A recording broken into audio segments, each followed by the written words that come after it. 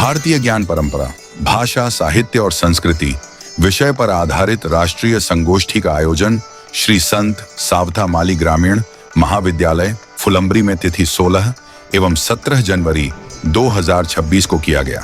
इस संगोष्ठी के समापन सत्र में महाराजा सयाजीराव विश्वविद्यालय वडोदरा के अधिष्ठाता प्रोफेसर दीपेंद्र सिंह पुष्पेंद्र सिंह जडेजा ने भारतीय ज्ञान परंपरा, भाषा, साहित्य और संस्कृति इस विषय पर अपनी विचार व्यक्त करते हुए कहा।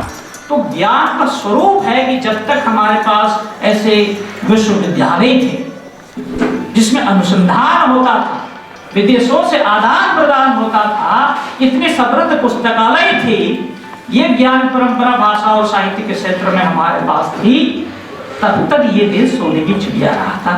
हम उस पथ पर फिर से पुनः एक बार बड़ी निष्ठा से, समर्पण से हम आगे बढ़ रहे हैं। ये बहुत बड़ी बात है। मुझे एक दृष्टिपात आपको कराना था कि क्या परिदृश्य है ज्ञान के क्षेत्र में। अब मैं हिंदी विषय पर आता हूँ एक मुख्य भूमिका के रूप में कि ज्ञान की क्या छोटे छोटे बिंदु तय किए हैं। मैंने सब कुछ यहाँ बैठकर ही गढ़ा है। मैं किसी भी संगोष्ठी में जाता हूँ, बैठ के घड़ लेता हूँ कि क्या हो रहा है यहाँ, किसी से विषय बन जाता। तो मैंने एक बिंदु गढ़ा, समरसता ही ज्ञान है। समरसता की बात की, दो लोगों ने तो प्रपत्र ही पढ़ दिए समरसता पर। अब समरसता ज्ञान है, बिल्कुल ज्ञान है। इस देश को समरसता की बहुत जरूरत है।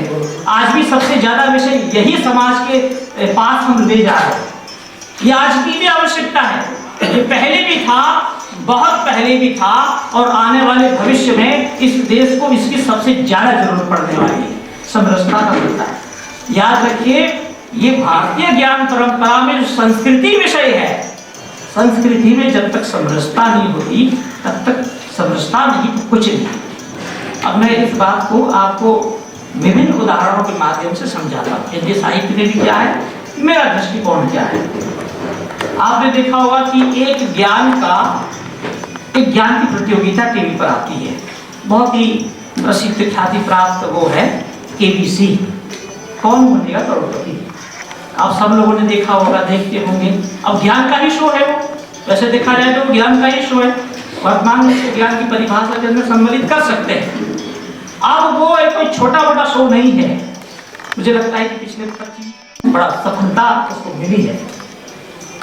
अब उसमें जैसे प्रश्न पूछा जाता है, मैं उसकी 10वीं सीरीज की बात करता हूँ। उसकी जो 10वीं सीरीज है, उसकी 9वीं सीरीज की भी पहले बात कर लेते हैं। जब वो शो शुरू होने वाला था तो एक सूत्र वाक्य में एक विज्ञापन बनता है। एक विज्ञापन था जो 9वीं सीरीज का था, उसमें था एक बहुत लंबी कविता थी। पूरी कविता नहीं सुनाऊंगा, नहीं तो मेरे कुछ बिंदु छूट जाएंगे। उसमें एक बहुत अच्छा वाक्य था, हिंदी की बहुत बड़ी की कविता थी कवि की। वो कहते हैं कि ज्ञान ही आपको आपका अधिकार दिलाता है। एक पंक्ति है, ज्ञान ही आपको आपका हक दिलाता है, ज्ञान ही आपको आपका अधिकार दिलाता है। अमिताभ बच्चन के स्वर में वो अद्भुत है 9वीं सीरीज में। ठीक है, वो ज्ञान का शो है, ये तो जरूरी था, मगर ये हमारी संस्कृति का भी आधार है। ज्ञान ही आपको अधिकार। अगर आप ज्ञान से दूर है, आप कुछ नहीं प्राप्त कर सकते। ज्ञान आपके पास चलकर नहीं आता, आपको उसके द्वार पर जाना पड़ता है अलग अलग क्षेत्रों के माध्यम से। 10वीं सीरीज की बात कर रहा था, बड़ी अद्भुत है। उसका विज्ञापन मैंने देखा। इसमें अमिताभ बच्चन है, आप जानते हैं कि सामने एक जो गीता शुरू करते हैं, ये तो विज्ञापन है, ये शो का हिस्सा नहीं है, एडवर्टाइजमेंट थी। तो उसमें पूर्वोत्तर भारत की एक लड़की बैठी हुई, आपको याद आ जाएगा। पूर्वोत्तर भारत की लड़की से वो प्रश्न करते हैं कि नागालैंड की राजधानी का नाम क्या है। अब वो पूर्वोत्तर भारत की है, नागालैंड पूर्वोत्तर भारत का एक राज्य है। उसको नीचे विकल्प भी दिए जाते हैं। इसमें एक विकल्प है शिलोंग, दूसरा विकल्प है कोहिमा, तीसरा है वो तेजपुर, ऐसे 4 विकल्प हैं। और प्रश्न पूछा जाता है, वो उसका उत्तर नहीं दे पा रहे। अमिताभ कहते हैं तो बड़ा सरल है, आप जिस प्रदेश से हो वही का प्रश्न है, उसी 7 प्रदेशों में से एक है, क्या आपको नहीं पता है? तो बोले नहीं, मैं फोन फ्रेंड लूंगी या मैं ये करूंगी। तो फिर वो जो प्रेक्षक होते हैं उनका ओपिनियन लिया जाता है और 100% लोग कहते हैं कि नागालैंड की राजधानी कोहिमा है। तो सही, बिल्कुल 100%। तो अमिताभ उसको कहते हैं कि देखो सब जानते हैं। क्या कहते हैं? सब जानते हैं। तो वो जो उत्तर है उस लड़की का बड़ा गंभीर है, इसमें समरसता है। लड़की कहती है सब जानते हैं, मानता कौन है? क्या कहते हैं? सब जानते हैं, मानता कौन है?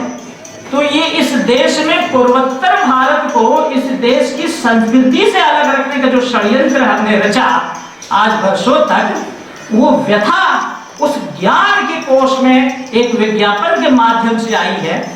हालांकि मुझे इस सूत्र से एक और सूत्र जोड़ना था और मैं उससे द्वारा एक और कथा को जोड़ता हूँ जो हिंदी साहित्य की है। रामानंद का बहुत बड़ा योगदान है। रामानंद समरसता के बारे में क्या कह रहे, कबीर क्या कह रहे, मैं उस विषय को वर्तमान की बिंदु के साथ जोड़ना चाहता हूँ। क्या कह रहे? तो आप जानते हैं कि रामानंद और कबीर का समय है 13वीं-14वीं शताब्दी है। और मुझे सौभाग्य से इतिहास मुझे जिन्होंने पढ़ाया वो मराठी शिक्षिका थी, मराठी भाषी शिक्षिका थी, बहुत अच्छा इतिहास पढ़ाती थी स्कूल में। तो वो एक कथा बताती थी मुझे, वो आज मुझे फिर से मेरे जहन में जब मराठी लोगों के साथ वो 2 दिन से तो याद आ गया। इनका नाम था मधुदाता। तो इन्होंने एक बार मुझे कथा सुनाई थी कि, और उसका समय भी बताया था कि किसी ने लिखा है 13वीं-14वीं शताब्दी की वो बात कर रही है कि एक मुस्लिम आक्रांता जो है वो इस देश पे अपना सैन्य लेकर आ गया है। वो काशी के आसपास का ही कोई क्षेत्र था उनका कहना, और उसने देखा कि वो जो सैन्य लेकर आया वो करीब करीब 8,000 का सैन्य है और सामने जो भारतीय सैन्य है वो 40,000 उसमें सैनिक है। मान लीजिए मैं उसको एक नाम दे देता हूँ, सिकंदर लोधी था, क्योंकि समय तो वही है, काशी और आसपास का समय 13वीं-14वीं शताब्दी के बीच का। तो उसने सोचा कि इतने बड़े भारतीय सैन्य से उसकी भूमि पर जीतना बहुत मुश्किल है, इनको हराया नहीं जा सकता, दूसरी रणनीति कुछ करेंगे और बाद में पुनः लौटेंगे। और वो रात के अंधकार में अपने सैन्य को लेकर विदा होने की तैयारी में था। वो देखता है कि भारतीय सैन्य जो है वो उसमें जगह जगह जो है वो अग्नि वो देख रहे हैं, और वो अपने गुप्तचर को भेजता है, गुप्तचर समाचार लाता है, और गुप्तचर समाचार ये लाता है कि भारतीय सैन्य में जो लोग लड़ने के लिए आए हैं वो अलग अलग जातियों के लोग हैं और ये उनका भोजन पक रहा है, ये उनका भोजन पक रहा है। तो उस समय वो विचार करता है कि अब यहाँ से भागने की जरूरत नहीं है। और मैडम हमें ये बताती थी कि दूसरे दिन युद्ध होता है और 8,000 के विदेशी सैनिकों ने 40,000 के भारतीय सैनिक को सिर्फ 4 घंटे में कुचला। क्या कारण था? आज हम जो समरसता की बात करते हैं और वही समय रामानंद का था। रामानंद, मैं तो सारे कवियों को जो है धार्मिक दृष्टिकोण से हटाकर दूसरी तरफ से देखता हूँ। रामानंद क्या कहते हैं? रामानंद कहते हैं जाति पाति पूछो नहीं कोई, हरि को भजे सो हरि का होय। ये सूत्र है। हो सकता है कि रामानंद ने, कबीर ने इस विषय के बारे में जानकारी हो, समय तो वही है, हम उसी समय गुलाम बने, समय वही है। और उस समय वर्ण व्यवस्था और जाति पाति के बंधन के बारे में तो बहुत लोगों ने बात की है। हमारे गुलामी और हमारी मानसिकता की जड़ में जो है वो यही है कि हमने सामाजिक समरसता पर कभी ध्यान नहीं दिया, इस बंधन में हम बंधे रहे। ये देश 1000 वर्षों से गुलाम रहा, उसके में ये कारण, ये बहुत महत्वपूर्ण कारण के रूप में ये मौजूद कारण जो है वो हमें मिलता है। इसलिए कवियों ने लिखा, मुझे लगता है कि उनका जो एक कवि का दायित्व होता है उस दायित्व को इन्होंने रास्ता दिखाया, ये हमारा कर्तव्य है। एक दूसरा सूत्र मुझे लगता है कि कल से उसकी बात हो रही थी, प्रेम की बात हो रही थी। हमारी संस्कृति में प्रेम पर तो जितनी बात की जाए उतनी कम है, और प्रेम के स्वरूप की जितनी चर्चा की जाए उतनी कम है ना। किसी ने ये भी कहा कि प्रेम और युद्ध में सब कुछ जायज है ना? आप ही अवस्थी जी कर रहे कह रहे थे। मैं असमर्थ था उससे। हाँ नहीं हम खुद भी असमर्थ है ना, उससे तो इससे सहमत कोई नहीं हो सकता, मगर मेरे संदर्भ उससे अलग है। मैं आपकी बात को भी जो उसके साथ जोड़ लेता हूँ, मैं युद्ध को इस अलग रूप में उसमें जोड़ लूंगा। तो अब प्रेम पर तो कितनी बातें हो रही है ना? सूरदास को आप ले, तुलसीदास को लेते हैं, रीतिकाल के सारे कवियों को लेते हैं, कबीर की बात करते हैं, जायसी जो है, बिना प्रेम की हमारे यहाँ कोई बात होती ही नहीं। ये देश प्रेम पर टिका है, प्रेम हमारी बहुत बड़ी शक्ति है। और कबीर क्या कहते हैं? कबीर कहते हैं पोथी पढ़ी पढ़ी जग हुआ पंडित भया न कोई, ढाई अक्षर प्रेम का पढ़े तो पंडित होय। इसमें सिर्फ एक ही शब्द पर ध्यान देने की आवश्यकता है, ढाई आखर प्रेम का, बाकी तो कुछ है ही नहीं इसमें। ढाई आखर प्रेम का, ज्ञान मार्गी कवि थे, ज्ञान की बात हो रही है, परंपरा को प्रेम से जोड़ रहे हैं। देखिए ढाई आखर प्रेम का पढ़ लो, और जिसने इस प्रेम के गणित को समझ लिया, क्योंकि सारे रिश्ते जो है, सारे संबंध है ना, दो देश के हो या दो लोगों के हो घर में, सब इसी प्रेम पर टिके हैं। प्रेम ही जो है इस देश को और हमें टिका है। ये हमारी संस्कृति का भी मामला है, उसमें बहुत गहराई तक जाएंगे। मगर जैसे आपने कहा कि युद्ध और प्रेम, तो वही ढाई अक्षर प्रेम का 2.5 किलो का हाथ हो गया। अगर फिल्मों के संदर्भ में कहूँ तो उसको लोगों ने कहा ये तो 2.5 किलो का हाथ है, क्यों 3 किलो का नहीं कहा, क्यों 2 किलो का नहीं कहा, 2.5 किलो का हाथ। तो हो सकता है कभी कभी इसकी भी जीवन में जरूरत पड़ती है, मगर मूल रूप से हम जो है प्रेमी है। प्रेम का हमारे जीवन में बड़ा अद्भुत जो है वो स्थान है, और हमारी संस्कृति प्रेम पर भी टिकी हुई है। मैं गुरु का जो है वो उदाहरण देना चाहूंगा। आपने कहा था कि प्रश्न जो पूछता है, ज्ञान वही है जो आपको प्रश्न करना सिखाता है। हमारी संस्कृति में ये चीज पहले बहुत अच्छी तरह से जो है उसके संदर्भ मिलते हैं। वर्तमान में हम देखते ही, हम अपने शिष्यों को कहते हैं, विद्यार्थी को पूछते हैं कि प्रश्न तो करो। यहाँ भी लोगों ने कहा कि संवाद होना चाहिए, प्रश्न नहीं। अगर मैं भी आपको कह दूं कि प्रश्न करो, एक भी प्रश्न नहीं होगा, है ना, क्योंकि समय जो है सब लोग देख रहे होंगे। मुझे भी कहा गया था कि आप बोले जितना बोलना चाहते हैं। मुझे ऐसा कहना कि बोलो जितना बोलना चाहते हैं, तो ये तो एक दुस्साहस जैसा है। तो फिर भी उसके बावजूद मैं अपनी बात समझूंगा। तो गुरु और शिष्यों के संबंध में हमारी संस्कृति में ये आदर भाव का संबंध है, इससे श्रेष्ठ संबंध कोई नहीं। कबीर तो कहते हैं भाई, फिर से कबीर कहते हैं, गुरु गोविंदो खड़ो का गुलाम उपाय बलहार गुरु आपनो जिन गोविंद देव बताए, सतगुरु साचा सुदिमा सबद जुग आया एक लागत ही में मिल गया पड़िया कलेजे छे, है ना। वो गुरु के मुख से जो शब्द निकला कहाँ पहुंचा? कलेजे नहीं पहुंचता है, दूसरे कहीं, है ना, बीच में कोई अवरोध नहीं है, व्यवधान नहीं है, कोई बाधा हो ही नहीं सकती, गुरु के मुख से निकला है तो।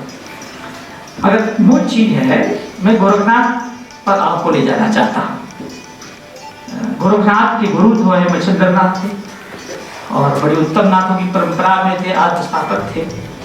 मच्छिंद्रनाथ जी क्या है आप जानते हो, भटक गए थे, और गोरखनाथ को लोग कह रहे थे कि तुम्हारे गुरु महाज्ञानी, मच्छिंद्रनाथ को उस समय ये लोग कहते थे महाज्ञानी भटक गया, तुम्हारे हृदय में भटक गया। तो गोरखनाथ को लग रहा था कि ये मेरा नहीं, ये मेरा गुरु का अपमान नहीं, ये ज्ञान का अपमान है। ये जो अपमान हो रहा है वो ज्ञानी व्यक्तियों का, पुरुषों का हो रहा है, और इसलिए वो बड़े लज्जित होते थे। कोई उनको कह जाता कि तुम्हारे गुरु जो है वो भटक गए। महाज्ञानी भटक गया कैसे हो सकता है? क्योंकि आप जानते हैं महाज्ञानी भटक जाता है तो सामान्य लोग तो भटकते ही। तो इस लज्जा से उभरने के लिए उन्होंने फिर जो रणनीति बनाई, और हमारा साहित्य कहता है, गोरखनाथ तो आदिकाल के कवि है, क्या कहते हैं, जाग मच्छिंदर गोरख आया।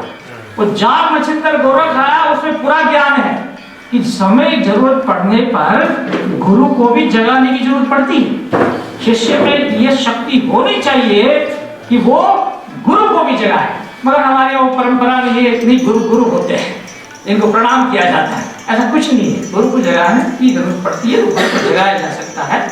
भाव यही है, गुरु गोविंद दो खड़ों का लागू पाई, ये एक अलग पक्ष है। और गोरखनाथ का पक्ष देखेंगे तो भाई जाग मचिंदर गोरख आया, ये दूसरा पक्ष है। दोनों पक्ष का मूल्यांकन जो है हमें अपनी बातों में करना चाहिए। शोधार्थी के लिए ये जो शक्ति है, ये अनुसंधान की जो करने की जो रीति है, उस पर ध्यान देना चाहिए। तुलसीदास की बात किए बिना हम बात को अधूरी कहते हैं। अगर विदेशों का ही प्रमाण लेना चाहिए तो संस्कृति का सबसे बड़ा ग्रंथ है वर्तमान में अगर कोई है तो रामचरितमानस है। रामचरितमानस की जितनी चर्चा है उतनी किसी ग्रंथ की वर्तमान में चर्चा नहीं है। मैं तो ऐसा ही मानता हूँ, यत्र तत्र सर्वत्र है उसकी चर्चा है। उससे अर्थोपार्जन जितना हो रहा है राम कथा के माध्यम से, उतनी किसी की कथा के माध्यम से हो भी नहीं रहा है। अगर मुझे कहना है कि जॉर्ज ग्रेविसन का नाम आपने सुना होगा, जिसने हिंदी साहित्य के इतिहास में अपनी बहुत महती भूमिका रची प्रारंभिक काल में। क्या कहते हैं ग्रेविसन? कहते हैं भारतीय ज्ञान परंपरा के उसमें सबसे बड़ा वाक्य इसको कह सकते हैं। वो कह सकते हैं कि भारतीय संस्कृति के या साहित्य के सारे ग्रंथ नष्ट हो जाए, एक ग्रंथ बचा रहे, शेष रहे, तो पुनः भारतीय संस्कृति नवपल्लवित हो सकती है। अब देखिए कि एक ग्रंथ में तो इतनी शक्ति है कि वो पूरी भारतीय ज्ञान परंपरा और संस्कृति को नवपल्लवित करने की शक्ति जो है वो रखता है। तो ऐसे ग्रंथ हमारे यहाँ उपलब्ध है। इसमें भाषा और साहित्य की जो गहराई है उस पर घंटों बात हो सकती है। इन्होंने भाषा प्रयोग की दृष्टि से, शैली की दृष्टि से जो प्रयोग है रामचरितमानस में, मगर वो होता है कि वो पढ़ाने जैसा माहौल बन जाता है। अगर हम शब्दों की गहराई में जाते हैं तो ये मैं समझता हूँ कि विद्वज्जन की सभा है, इसमें इतनी गहराई में जाने की आवश्यकता नहीं है। मुझे और एक कवि आकर्षित लगता है। उसके बाद अगर आप आगे बढ़े तो बिहारी। देखिए राजदरबारी की रीतिकाल का परिदृश्य हमें समझना पड़ेगा। रीतिकाल के बारे में हमारी एक ही मानसिकता श्रृंगारिक है, और श्रृंगार का जहाँ शब्द आता है वहाँ हम बड़ी दूरी बना लेते हैं। अब वो किस तरह की मानसिक दूरी बनाते हैं वो बात अलग है, मगर हम दूरी बना लेते हैं, उस पर हम चर्चा नहीं करते। बिहारी को बहुत अच्छी तरह से पढ़ने की आवश्यकता है। बिहारी एक ऐसा कवि है जो राजदरबारी कवि होने के बावजूद एक राजा को, एक शासक को कैसा होना चाहिए उसको उसका दायित्व याद दिलाता है। तो ये कर्तव्य बोध वो भी ज्ञान है। हमारी भारतीय संस्कृति में किसी को किसी कर्तव्य की याद दिलाना ये भी ज्ञान है। अगर शासक भटक गया है, गुरु को भटक गया तो मार्ग पर लाया जा सकता है, शासक को तो बिल्कुल लाया जा सकता है। शासक है, और आप जानते हैं कि राजा जयसिंह बड़े भोगी टाइप के व्यक्ति थे, और ये तो इतिहास भी कहता है। और उनको मार्ग पर लाने के लिए आपने सुनाई होगा बिहारी सत्से की वो बहुत प्रसिद्ध पंक्तियां, नहीं परी नहीं पराग नहीं मधुर मधुर नहीं विकास यही काल, अली कली सुबंधी हो आगे कौन भगवान। तो राजा को भी जो है वो अपने कर्तव्य की याद दिलाता है। ऐसा नहीं कि राजा को ये नहीं कह सकते। तो हमारे यहाँ संस्कृति में कहा गया है कि बड़े भी भटक जाते हैं और उनको कर्तव्य की याद दिलानी तो दिलाना चाहिए। कवि का कि हम सबका दायित्व है। एक और बिंदु जो है बहुत महत्वपूर्ण है, सुबह से बात हो रही थी, आपकी बात को मैं एक और बिंदु के साथ जोड़ता हूँ कि हमारा धर्म, हमारी संस्कृति जितनी यहाँ है उतनी विदेशों में है, और हमने कभी बल प्रयोग नहीं किया। काल यही जो है भगवान प्रसाद का भी है, यही कहते कि ये कथा व्यक्ति की नहीं संस्कृति की है, ये कथा सौंदर्य शौर्य की धरती की है।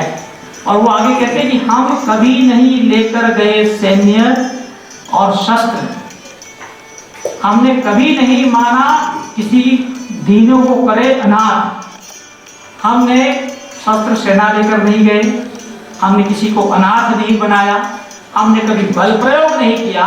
उसके बावजूद भी हमारी भारतीय संस्कृति धर्म का परचम जो है सहिष्णुता, प्रेम, सौंदर्य और शौर्य के माध्यम से, धृति के माध्यम से विश्व के अनेक देशों ने हमारी संस्कृति को अपनाया।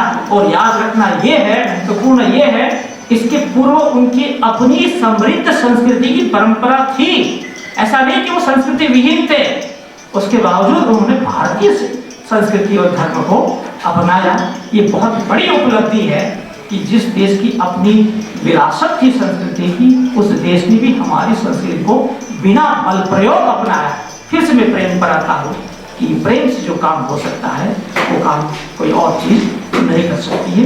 बात कितनी भी अच्छी की जाए, कितनी विस्तार से कही जाए, मगर वो समय को लान जाती है तो मैं समझता हूँ कि उसमें तो समय की मर्यादा का मुझे बहुत ध्यान है।